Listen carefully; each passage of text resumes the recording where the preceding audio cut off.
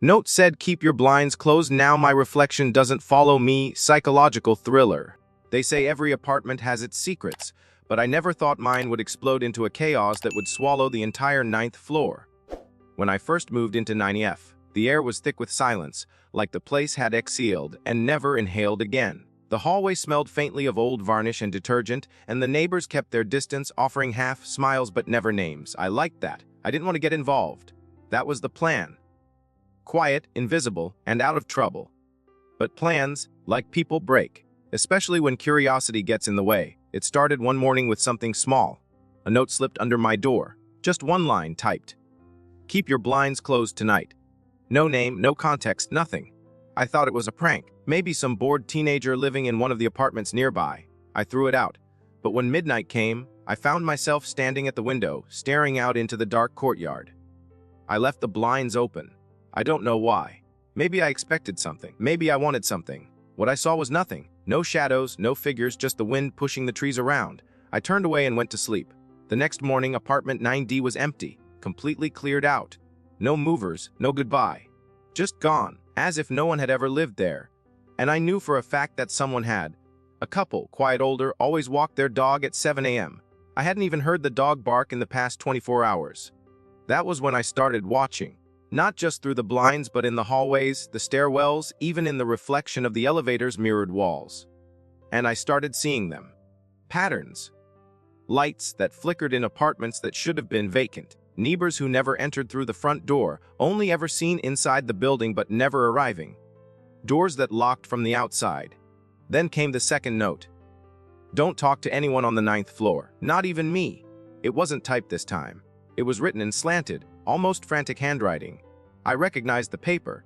It was the same kind used in the mailroom downstairs. This note smelled faintly like cigarette smoke. Only one person on the floor smoked, the woman in 90C. I had seen her once, leaning against the railing, staring into space like the world had forgotten her. When I passed her that day, she didn't blink. I wanted to ask her something. Anything. About the notes, about the disappearing couple, about the hallway light that flickered only when I walked under it. But the warning stuck. I kept my mouth shut. Days passed, and then something shifted. People started acting strange. My next-door neighbor, a young guy named Ela who used to play loud music at night, suddenly turned religious. He stopped me in the hallway once and asked if I'd seen the signs. When I asked what signs, he just smiled and walked away. The woman in 90C vanished after that. I knocked on her door once, twice, but no answer.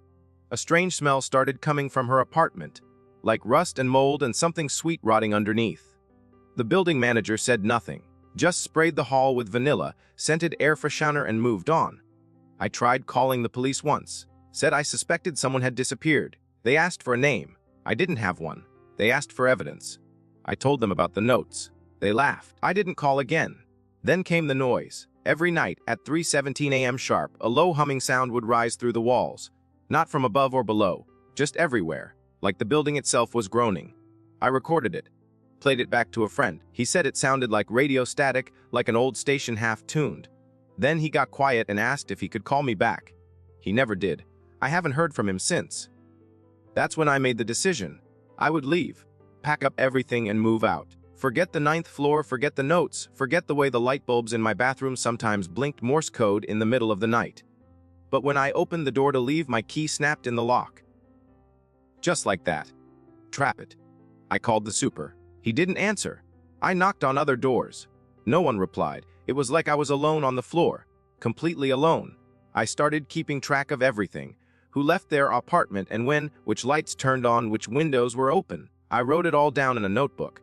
Patterns emerged. Every third night, someone from 9A would go to the basement and not return for 11 minutes. Every second Tuesday, the lights in 90E would flash exactly 23 times. No more, no less.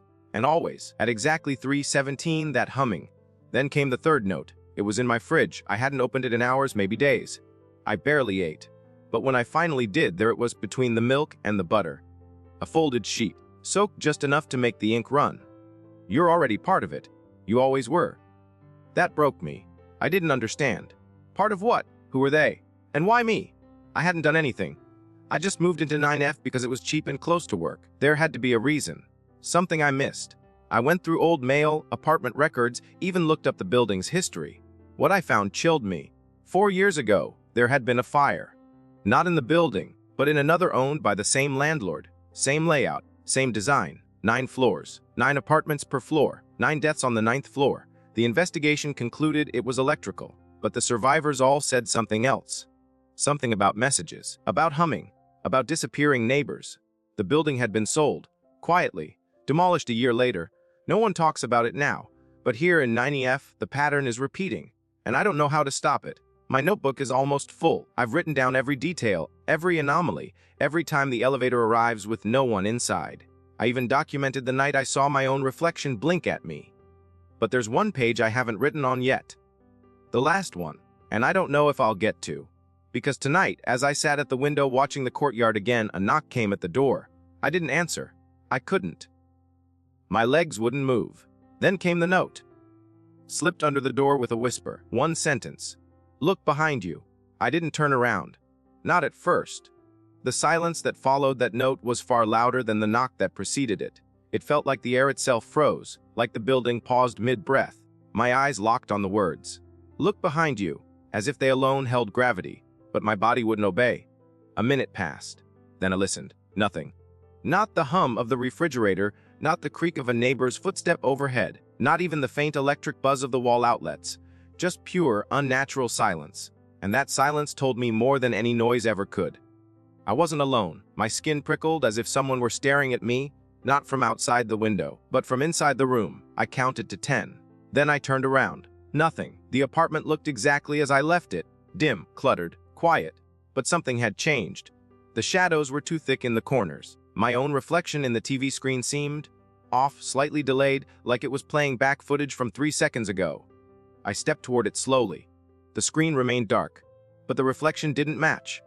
My hand reached up to touch my face. The reflection didn't follow. It smiled. Only the reflection. I stumbled back, heart thudding so hard it drowned out every thought.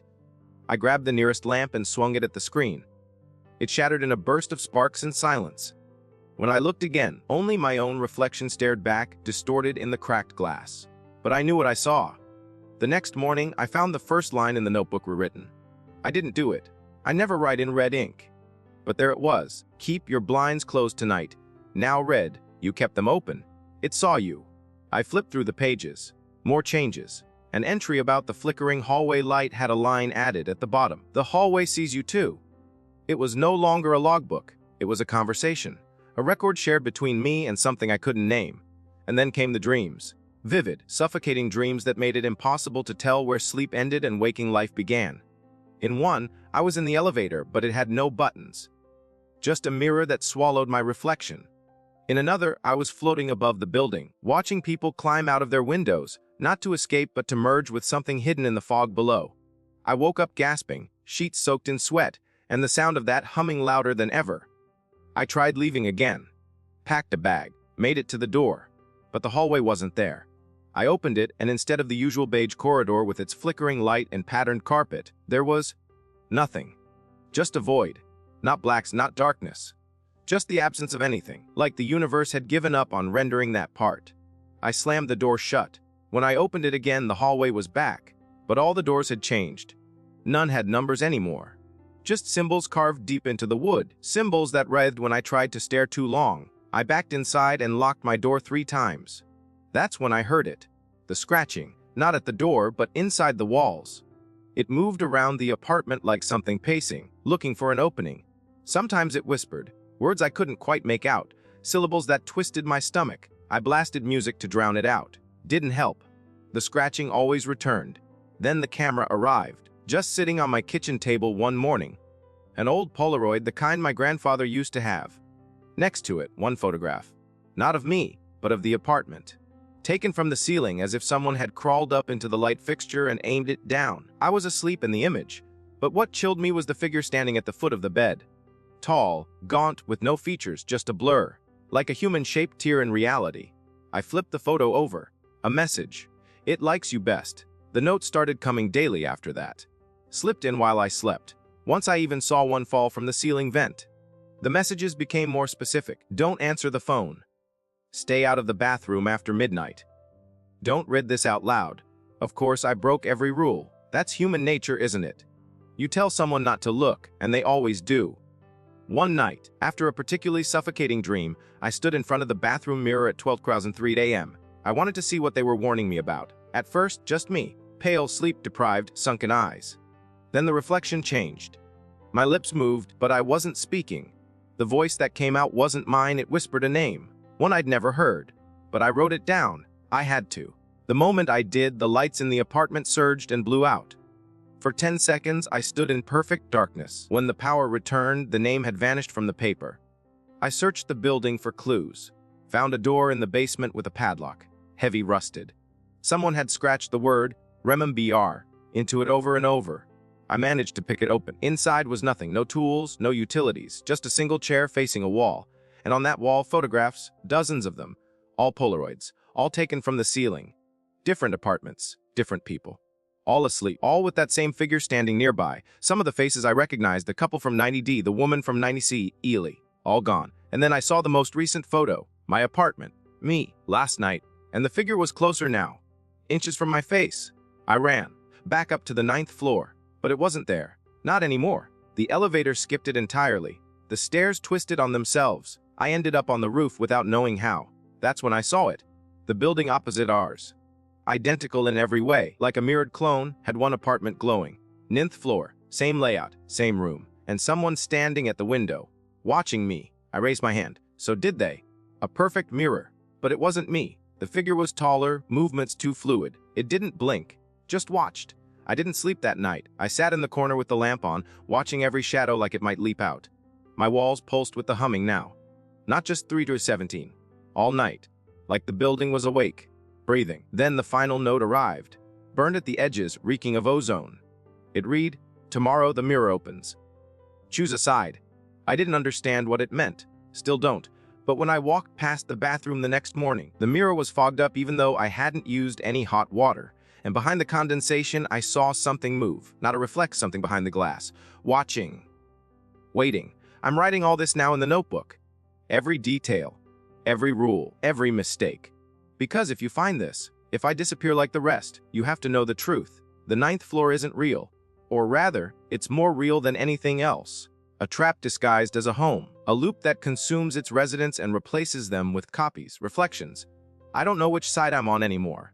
I don't know if I'm still me, but I can feel it getting closer, the reflection. It smiles now, even when I don't.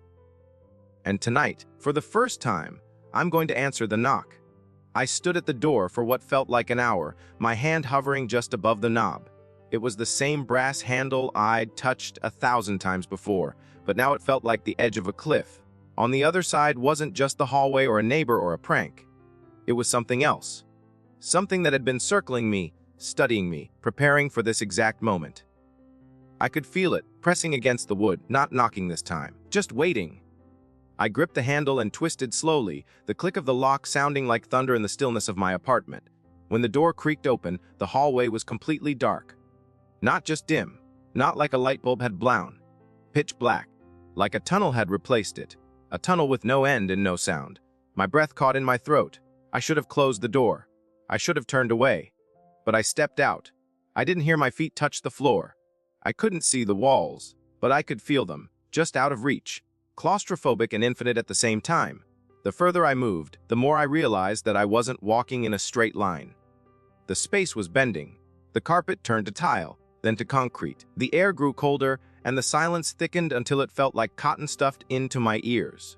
Then came the light, a soft red glow from beneath the floorboards, pulsing like a heartbeat. It guided me forward, each step sensing with the rhythm of that dim, pulsing light. Finally, after what could have been minutes or hours, I saw a door. Not like mine, not like any in the building. It was wooden, ancient-looking, soaked in dark stains that may have once been words, now warped beyond recognition. There was no knob, no lock, just a single vertical slit running down the middle. It opened before I touched it. Inside was a room the exact replica of my own apartment, but reversed, like a reflection.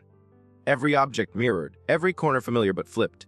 And standing in the center, staring back at me, was me. Not a doppelganger, not a shadow or a hallucination. Me. Dressed the same, eyes the same, but off. Too still, too clean, as if it had never lived a day in the real world. I took a step forward. So did it.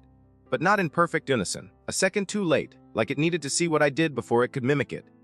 I raised my hand. It hesitated. Then mirrored. I smiled. It didn't. Then it spoke.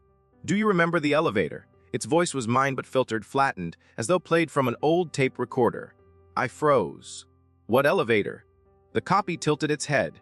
You never took it, did you? You always used the stairs. That's why you're still awake. The humming grew louder then, seeping through the walls like water. The lights in the mirrored apartment flickered. There's something you need to see, it said. I didn't want to follow. I didn't want to know. But I did. I crossed the threshold and the door vanished behind me. The mirrored apartment melted away, not with smoke or fire, but like a TV shutting off, colors collapsing inward until all that was left was darkness. And then I was standing in the elevator, the real one, the one from my building.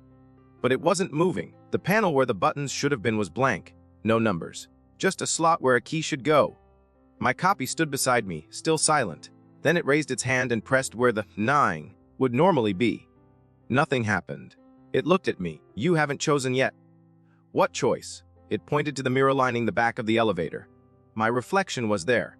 Alone, no copy, just me. I stepped closer. The mirror began to ripple, surface warping like water in a breeze. I reached out to touch it, and the elevator dropped. No warning, no sound. Just a sudden plunge that slammed my stomach into my spine. My knees buckled. My ears rang. I screamed, but no sound came out. My reflection stayed perfectly still as we fell. Then it stopped. Abruptly, violently, like a cord had been cut mid-descent. The lights went out, and in the dark I felt it, breath on the back of my neck. Cold, wet, inhuman breath. A whisper slithered into my ear. You've always been here. I turned, swinging my arms in the blackness, connecting with nothing. The elevator doors groaned open. Not to the lobby, not to the 9th floor, but to a room. A theater. Rows of empty seats stretching into infinity. On the stage was a screen, and on the screen footage. Grainy black and white it showed me, in my apartment. Day after day. Watching, writing, pacing every moment I thought I'd been alone. Every night I'd cried. Every meal I'd eaten. All recorded, all cataloged. A cold voice echoed through the room. You were never alone. I tried to leave, turned back toward the elevator, but it had vanished again. Replaced by more seats, more screens, each one showing a different version of me. In some, I was smiling. In others, I was screaming. In one, I was completely still, staring into the camera, unblinking for hours. The voice returned. Some versions wake up. Most do not. And that's when I saw the others. Figures rising from the seats, silent, featureless, not people. Not anymore. Maybe they once were. Now they were husks, puppets, observers, or participants.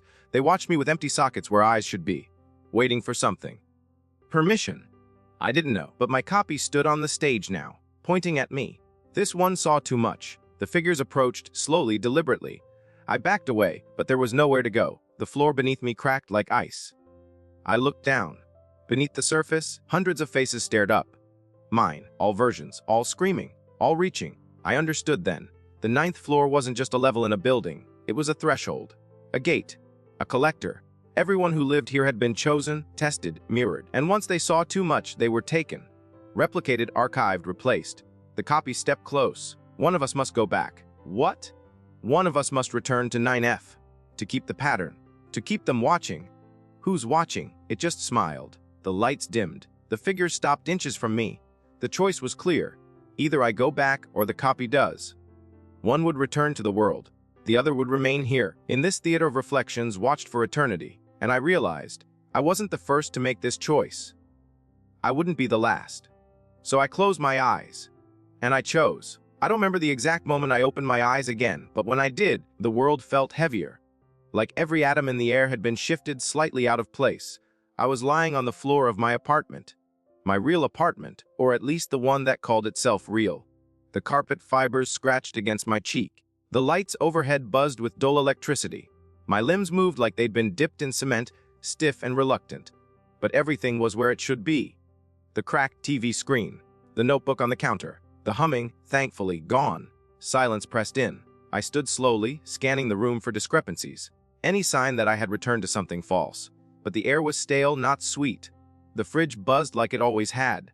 The hallway outside the peephole was dim, but not empty. I saw shadows pass occasionally. Life moved on. Normal, but nothing was normal, because I wasn't sure it was me who returned. I watched my hands for hours that first night, half expecting them to twitch out of sync or glitch like corrupted data. They didn't, but I couldn't shake the sensation that something was riding just beneath the surface. A latency. A mimicry. I tested myself. Set alarms at random times to see if I'd instinctively react. Reread pages of the notebook and tried to remember writing them. Some I did. Others felt like echoes from someone else's thoughts. I cooked meals with odd combinations just to see if I'd recognize the taste. Nothing ever felt off enough to be certain, but it also never felt fully mine. I started leaving my apartment door open. Not wide, just cracked. I wanted to see if someone would come. If anything from the mirrored world had followed. And one night, something did. I heard footsteps at exactly 3:37 a.m. Not the humming, not the scratching. Footsteps. Steady, deliberate. They stopped outside my door. Then silence. I held my breath. Waited. The crack in the door widened ever so slightly and I saw it. An eye. Just one. Pale, almost translucent and wide with hunger, didn't blink. Just stared. I should have slammed the door. Instead, I whispered, "Which one of us are you?" The eye blinked once. Then it retreated. The next morning, I found another Polaroid on my kitchen table. It showed me standing at the door, asleep, while the eye watched from the other side. I didn't remember falling asleep. I didn't remember anything after the stare, but I knew one thing. Whoever or whatever returned with me was still deciding whether it had brought the right version back. I couldn't trust myself. I stopped leaving the apartment. Started covering every mirror, every reflective surface, even the toaster. The reflections stared too long. They didn't match. Their smiles were timed wrong. Their blinks were out of rhythm.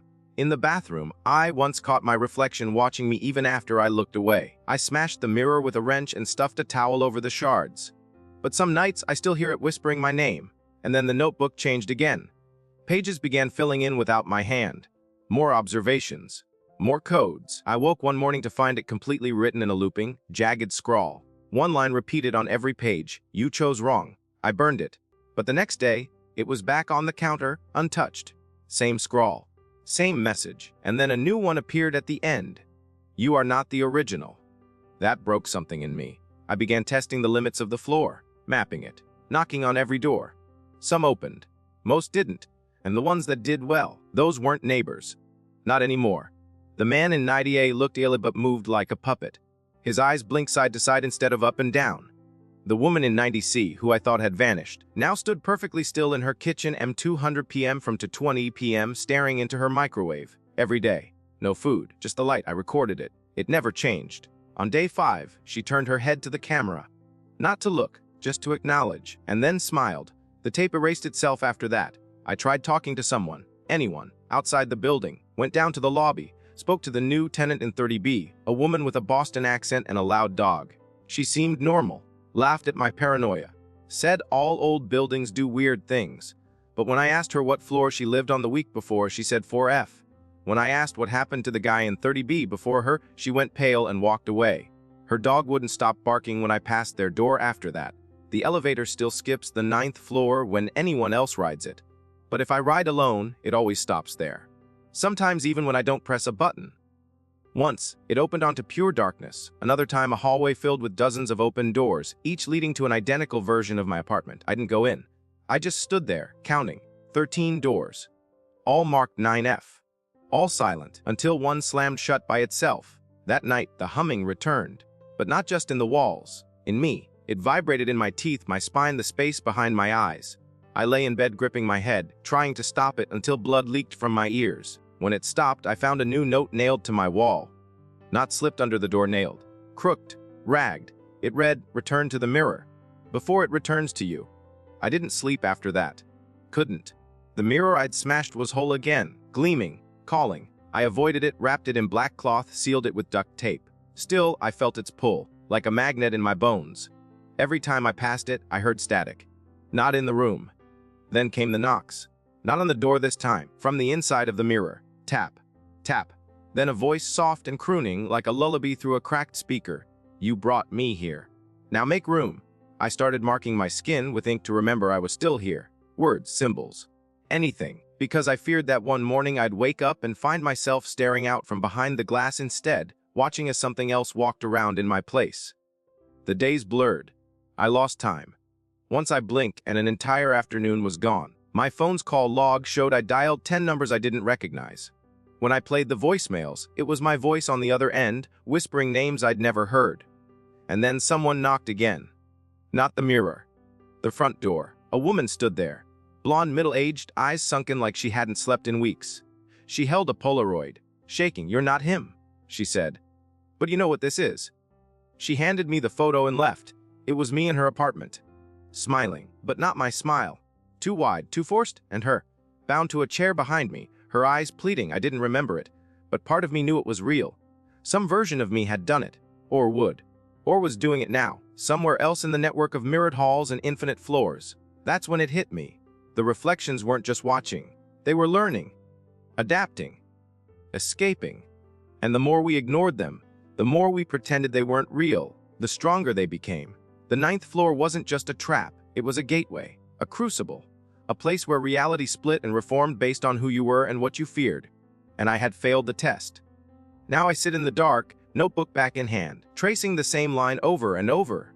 Which one am I? I don't have an answer. But the mirror is starting to show a crack again. Just a hairline fracture, like a smile waiting to break through.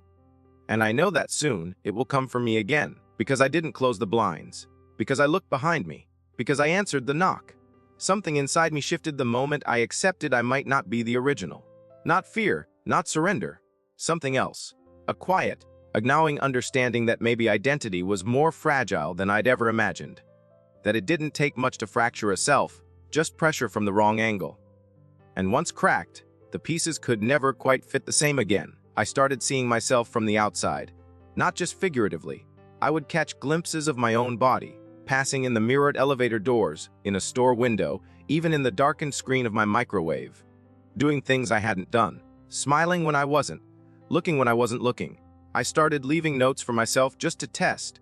Simple oneness. Did you write this? What time is it? Blink twice if you're you. By morning, they would always be replaced. Not erased, replaced. Same paper, different ink, different words. Sometimes just a single phrase, over and over. Still watching. But then came the dreams again. But now they weren't confined to sleep. I'd fall into them during the day. While boiling water, brushing my teeth, tying my shoes. The walls would fade. The air would change texture. And I'd be back in the mirrored apartment, face to face with the version of me that didn't quite breathe right. In one such moment, I stood by the window and saw every version of the ninth floor, stacked on top of each other like transparent slides. In one layer, the building burned. In another, it floated. In a third, it pulsed like a living organ. And in all of them, my apartment, naived, glowed like an open wound. I began noticing new faces on the floor. People I'd never seen before, always in pairs, always arriving late at night. But none of them carried boxes. None moved furniture. Just walked into apartments I thought were vacant and never came out again. I knocked on one such door, NIH. No response. But as I turned away, I heard my own voice from behind it. Laughing. Then silence. And the next morning, that door was bricked over, as if it had never existed. That's when I stopped trusting the floor plan. The building began to shift in subtle ways. Hallways would grow longer. Corners would disappear. One night I opened my closet and saw a staircase spiraling down into red light. I didn't go down. I closed it and pushed the dresser in front. But when I opened it the next day, it was back to coats and a dusty vacuum. Like nothing had changed, but something always changed. One night, the kitchen faucet ran dark. Not blood, not oil. Something in between. Thick, viscous, and pulsing like it was alive. I turned it off, but the sound of dripping continued from inside the walls for 3 days. Then it stopped. Then the walls began to breathe. The notebook returned again, this time blank. But when I pressed the pen to the paper, it resisted. Not physically, but with pressure in my skull, as if something didn't want me to write. I forced myself, wrote down everything. Dates, sightings, moments of lost time. By the second page, the pen exploded. Not with ink, but static. The air around me shimmered, and for a heartbeat, I saw the room as it truly was, flayed open. Wires pulsing in the walls like veins, the floor made of glass under which hundreds of versions of me were trapped, pounding, screaming, reaching up. I blinked, and everything returned to normal. Except now the mirrors wouldn't stay covered. Every cloth I taped over them slid off by morning. The duct tape peeled back cleanly, like a scalpel had sliced through it. My reflection had stopped mimicking me entirely. It would yawn while I wept. Blink when I stared. Mouth words I didn't recognize. I started filming it, but every recording came out blank. Or worse, filled with footage of things I'd never done. Me sleeping. Me standing in the hallway for hours, unmoving. Me leaning over my own body as I slept, whispering something inaudible. I stopped watching the videos. The woman from earlier, the one who gave me the photo, returned. This time she was bruised, eyes bloodshot, clutching a small object wrapped in cloth. She didn't speak, just handed it to me and walked away. When I unwrapped it, I found a mirror shard. Not glass. It was heavier, denser, more like obsidian. On its surface, etched in perfect, mechanical strokes, was a message. Cut the line before it completes the copy. I didn't understand it then, but I do now. That night, the elevator opened on its own again. The hallway outside was gone, replaced by smoke and an endless stretch of red tile like a meat locker built for gods. Something moved at the far end. Tall, long-limbed, jointed in too many places. It didn't come closer, just watched, and in the silence between each breath, I heard something I hadn't before: laughter, from the walls, from the pipes, from inside my own head, a laughter that sounded like every voice I had ever trusted, layered together, mocking me. I slammed the door shut and jammed a chair under the knob. It didn't matter. The door unlocked itself at 3:07 a.m. This time I stayed in the kitchen, back pressed to the fridge, clutching the shard like a weapon. The mirror in the hallway began to pulse with light. Not from behind, but from inside. Something was emerging, not stepping forward, but folding into existence, like paper twisting into origami. First a shoulder, then a head. Not mine. Not anymore. The features were too symmetrical, the eyes too reflective, like polished glass in a human shape. It looked at me and smiled. "You're almost done," it said in my voice. "Just one more step." I threw the shard. It cracked the mirror clean down the center. The figure didn't flinch, just leaned forward, pressed its palm to the glass, and whispered, "Soon." The next morning I woke up outside, on the fire escape, shirtless, barefoot, with no memory of getting there. The apartment window behind me was closed. From the inside, I had to break in to get back. When I did, everything was reversed. Not mirrored, reversed. Left was right. The sink was on the other side. The bed faced the wall. My handwriting in the notebook now looped backward. Even my coffee mugs were printed with words in reverse. I checked my own face in a spoon. It smiled. I didn't. I tried leaving the building. Really leaving. I made it to the lobby, past the front doors, out onto the sidewalk. It was raining and the air was fresh in a way I hadn't felt in weeks. But something was wrong. No cars, no birds, no movement. I walked for blocks, every street empty, every window watching. Then I reached the corner and saw the building again. My building, the one I just left. Same cracks in the sidewalk, same graffiti, same blinking light in the 9th floor window. I turned to run and found myself standing back in my apartment. The reflection was waiting. "I told you," it said. "One more step." Now I understand the truth. There was never just one copy. The mirror doesn't replace. It multiplies, fragments, makes infinite versions, each one slightly more obedient, each iteration a little more willing to surrender. And the longer you stay, the less of you remains. The humming, the notes, the photos, they're not warnings. They're breadcrumbs, designed to lure you deeper, designed to make you choose the mirror. And I did.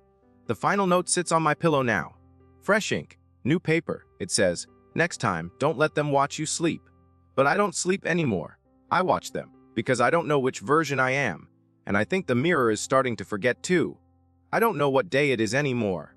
Time slips here like condensation down the mirror's edge, slow and silent until it vanishes. Clocks stopped meaning anything once I realized the 9th floor wasn't bound by hours or minutes. It breathes in cycles instead, marked not by sunrises but by the way the shadows move, the way the hum crescendos, the way the mirror pulses like a second heartbeat. Every moment now is a rehearsal, a test, a thinning line between what was once me and whatever I've become. And the worst part, the part I can't bear, is how normal it all still looks, how ordinary the monster wears my skin. I tried escaping again. One last attempt, full of desperation and caffeine and shaking hands. I packed only the essentials: wallet, phone, 3 Polaroids, and the mirror shard wrapped in old newspaper. I made it to the stairwell, counted each step like a prayer. But with every floor I passed, the walls began to change. First, the paint cracked, then peeled. Then words began to etch themselves into the surface, slowly, line by line, following me down. A turn around. "We miss you. You are the anchor." And then the most terrifying one. "You are the original Ba." Because if that were true, if I really were the original, then what came back with me wasn't just a copy. It was something far worse. Something that learned how to be me better than I ever did. And if I was the anchor, then cutting the line wouldn't just save me. It would collapse the entire floor. Maybe the entire building. Maybe every mirror across every version of every place. Still I ran. Down past the 7th, past the 3rd, past the ground floor, only to find myself emerging back onto the 9th. I burst into 9FF, panting, and found myself already inside, sitting calmly at the table. Writing. The other me looked up, tilted its head, smiled. Not like a predator, not like a threat. Just a gentle, tired smile. The kind you give someone who finally understands something too big to say aloud. "Back so soon?" it asked. Its voice was softer now. Worn. I didn't respond. I didn't scream or demand answers. I just stood there breathing, watching myself hold the pen. And that's when I saw it. Its hand. The scar on the knuckle. The same one I got when I fell off my bike at 10. But on this version, it was fresh. Still red. Still healing. Which meant it wasn't just copying me. It was catching up. Learning in real time. Matching every wound, every memory, every beat. Soon it would be impossible to tell us apart. Not just for others. But for me, I sat across from it, laid the mirror shard between us. For a moment, we both stared at it like it was an artifact, something ancient and forbidden. "You brought it back," it said. "Smart." "Oh, why me?" I finally asked. Its smile didn't change. "You left the blinds open." It was that simple. A choice. A moment of curiosity. A decision to look instead of obey, and that was enough to be seen. Enough to open the channel. Enough to start the slow infection of identity. "Then let's finish this," I said. It nodded once, reached into its pocket, and pulled out a small silver key. The elevator key. The one that bypassed all floors. The one that only opened one place at the core. The place below the 9th, beneath even the building's foundation. I didn't remember ever seeing it before. But I knew what it was. The way you know a face in a dream. It handed it to me. "Don't look back," it said. I walked to the elevator and inserted the key. A single button appeared. Not a number, just a symbol and eye carved in black glass. I pressed it. The elevator moved. Not down, not up, but in. I felt it in my blood, in my memories. Every thought I'd ever had grew heavy, like someone was flipping through them. Reviewing them. Weighing them. The doors opened. I stepped out into a void made of mirrors. An endless cathedral of reflections. Infinite versions of 9F stretched in all directions, some identical, some twisted. One was underwater. One had blood dripping from the ceiling. One had walls made entirely of eyes. I walked through them all, each one showing me what could have been, who I might have been. Some versions were happy, married, safe. Others were monstrous, deranged, empty. I began to see what the mirror truly was. Not just a gate, it was a filter. A test, and I had failed. At the very center stood a pedestal. On it, the original mirror. Tall, cracked alive. The hum came from it. It pulsed with awareness, watching me through itself. I approached and saw every version of myself ripple across its surface. And then, just one. Clear, still, me. Not a copy, not a double, just me. Tired, scared, alone. I raised the shard. The mirror didn't resist, it welcomed it. When I pressed the shard to the surface, the whole structure began to tremble. A wind that didn't exist howled from nowhere. Glass cracked in every direction. The hum peaked into a scream. Not pain, not rage, but recognition. The moment of collapse. And I remembered something. The first note, "Keep your blinds closed tonight." It wasn't a warning. It was an invitation. I had never been the victim. I had been the key. And now the mirror didn't shatter. It opened. Blinding white light poured through. And from it hands. Not monstrous, not shadowed. Hands like mine, hundreds, thousands, all reaching toward me, not to pull but to merge. I felt myself unraveling, dissolving into every version of myself I had ever rejected, denied, feared. Every possibility crashing into one truth. There had never been an original, only mirrors and choices, and now I was becoming all of them. The light swallowed me whole.